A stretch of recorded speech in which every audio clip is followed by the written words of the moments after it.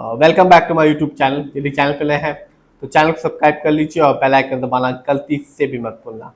आज 14 अक्टूबर 2025 है, दिन है ट्यूसडे का। आज का मार्केट बंद हो चुका है, मार्केट खुलेगा कल यानी कि वेडनेसडे को। ये वीडियो सिर्फ एजुकेशनल पर्पज है, ना हम कोई भी स्टॉक खरीदने की सलाह देते हो ना ही बेचने की। तो आज हम बात करने वाला हूँ एक कंपनी के बारे में, जिसके बारे में जो ब्रोकरेज फर्म है उन्होंने बताया है कि इस कंपनी के शेयर प्राइस जल्दी ही 88 रुपीज के आसपास जाएगा। फिलहाल इस कंपनी का जो शेयर प्राइस है वो है 72 रुपीज 85 पैसे का। इस कंपनी का नाम है IDFC फर्स्ट बैंक। जैसा कि नाम से पता चलता है, ये कंपनी एक बैंकिंग कंपनी है और इसके वेरियस क्लाइंट्स भी हैं, जैसे कि कॉर्पोरेट, रिटेल, MSME और रूरल कस्टमर भी हैं। और आज के दिन यदि आप देखेंगे तो इस कंपनी का जो शेयर प्राइस है वो है 72 रुपीज 85 पैसे का। और आज इस कंपनी के शेयर में मामूली सी गिरावट रही 0.88% की। लेकिन यदि हम स्पेशली 1 साल और 5 साल को देखें तो 2024 में इस कंपनी ने ना तो अपने शेयर होल्डर्स को लॉस दिया और ना ही इस कंपनी ने अपने शेयर होल्डर्स को प्रॉफिट दिया। इस कंपनी का प्रॉफिट कह सकते हैं कि था 1 साल में 2024 में सिर्फ 0.47% का, यानी कि आज से ठीक 1 साल पहले इस कंपनी का शेयर प्राइस उतना का ही मिल रहा था जितना कि आज का है। लेकिन बात करें लॉन्ग टर्म की, स्पेशली 5 साल की, तो इस कंपनी ने अपने शेयर होल्डर्स को एक अच्छा रिटर्न निकाल के दिया 132% का। यानी कि 2020 में इस कंपनी का जो शेयर प्राइस था वो था 31 रुपीज 40 पैसे का, जो 5 साल में बढ़कर हो चुका है 72 रुपीज 85 पैसे का। तो कह सकते हैं और आप देख भी सकते हैं कि लॉन्ग टर्म में इस कंपनी ने अपने शेयर होल्डर्स को बिल्कुल निराश नहीं किया। और अच्छी कंपनियां ऐसा ही करती हैं, अपने शेयर होल्डर्स को लॉन्ग टर्म में एक अच्छा रिटर्न देती हैं। बात करें इस कंपनी के स्टॉक के परफॉर्मेंस की, तो 1 साल में इस कंपनी का जो हाईएस्ट शेयर प्राइस गया वो रहा 78 रुपीज 50 पैसे का, जबकि 1 साल में इस कंपनी का जो लो शेयर प्राइस आया वो रहा 52 रुपीज 50 पैसे का। इतना ही नहीं, इस कंपनी ने इस साल अपने शेयर होल्डर्स को डिविडेंड भी दिया।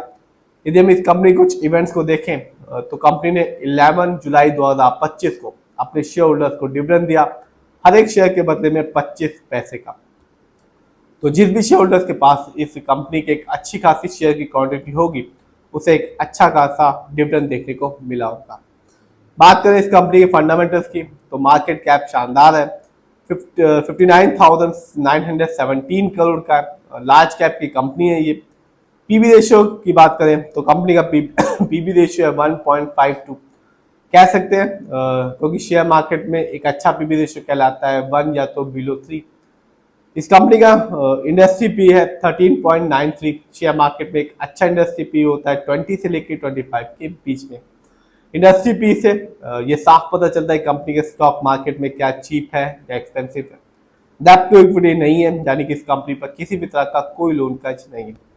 जानते हैं इस कंपनी के आरओई को, यानी कि रिटर्न ऑन इक्विटी, तो वो बहुत ही कम है 3.30% का, क्योंकि शेयर मार्केट में एक अच्छा आरओई कहलाता है 15% से लेकर 20% के बीच में। जब भी आप किसी कंपनी के आरओई को हाई देखें या पॉजिटिव देखें तो वो बस एक ही चीज बताएगा, कंपनी शेयर होल्डर्स के पैसे को सही से यूटिलाइज कर रही है।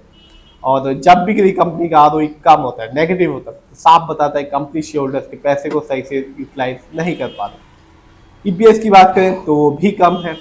इस कंपनी का ईपीएस टीटीएम है 1.60, बहुत ही कम है, क्योंकि शेयर मार्केट में किसी भी कंपनी का ईपीएस टीटीएम अच्छा कहलाता है 80 और से ज्यादा का।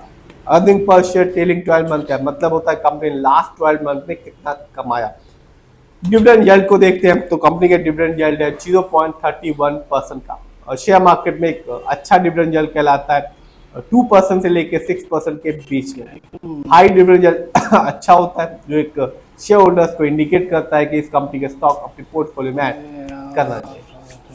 जानते हैं इस कंपनी की फाइनेंशियल कंडीशन की, तो आप देख सकते हैं यदि हम सबसे पहले रेवेन्यू को देखूं तो जून क्वार्टर में इस कंपनी का रेवेन्यू रहा 11,869 करोड़, जबकि ईयरली बात की जाए तो 2025 में इस कंपनी ने ईयरली रेवेन्यू के मामले में कमाया 43,478 करोड़।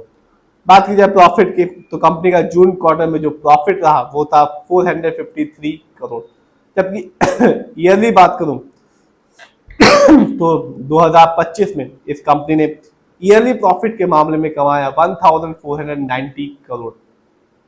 बात की जाए नेटवर्थ की तो 2025 में इस कंपनी का नेटवर्थ था 38,156 करोड़, जबकि पिछले साल यानी कि 2024 में इस कंपनी का जो नेटवर्थ था वो था 32,274 करोड़ का। तो आप देख सकते हैं कंपनी का जो नेटवर्थ है 24 की तुलना में 25 में बढ़ गया।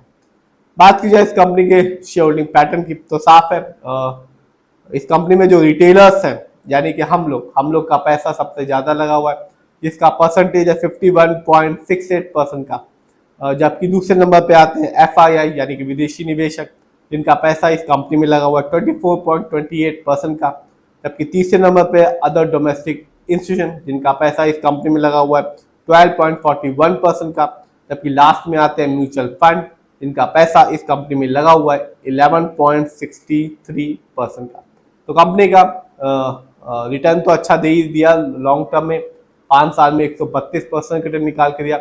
और जो ब्रोकरेज फर्म है वो बता रहे हैं कि जल्दी ही इस कंपनी का शेयर प्राइस बढ़ने वाला है, 88 तक जाएगा। और आज के दिन आप देख सकते हैं इस कंपनी का शेयर प्राइस 72 रुपीज़ 85 पैसे का है।